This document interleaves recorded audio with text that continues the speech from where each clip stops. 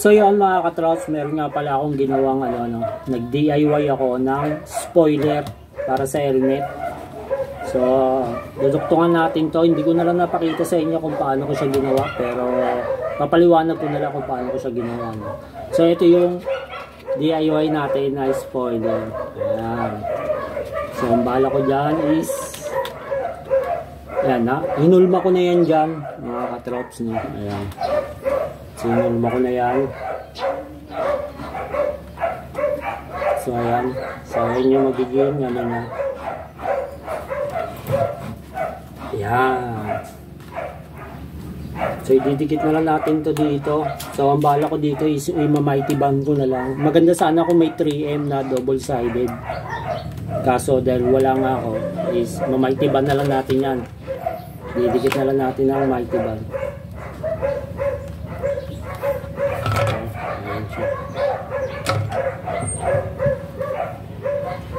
So ito nga pala yung yung ginawa ko dito is galon. Ito yung galon ng mga yung mga suka, galon.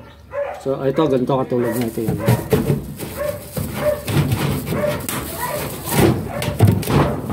Kaya katulad ng ganito yan, katulad na tinabas ko. So manipis lang to. So ganun yan, ito yung plastic na to. Tapos ang ginawa ko dyan is dito is inulma ko ng tape to, tinipang ko to para maiulma ko yan.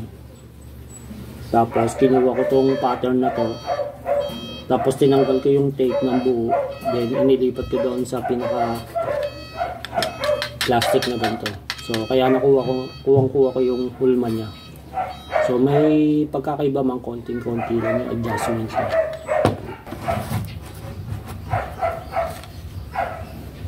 Let's go! So, dikit na natin ito mga katrops. Unahin natin itong kabilang side na to.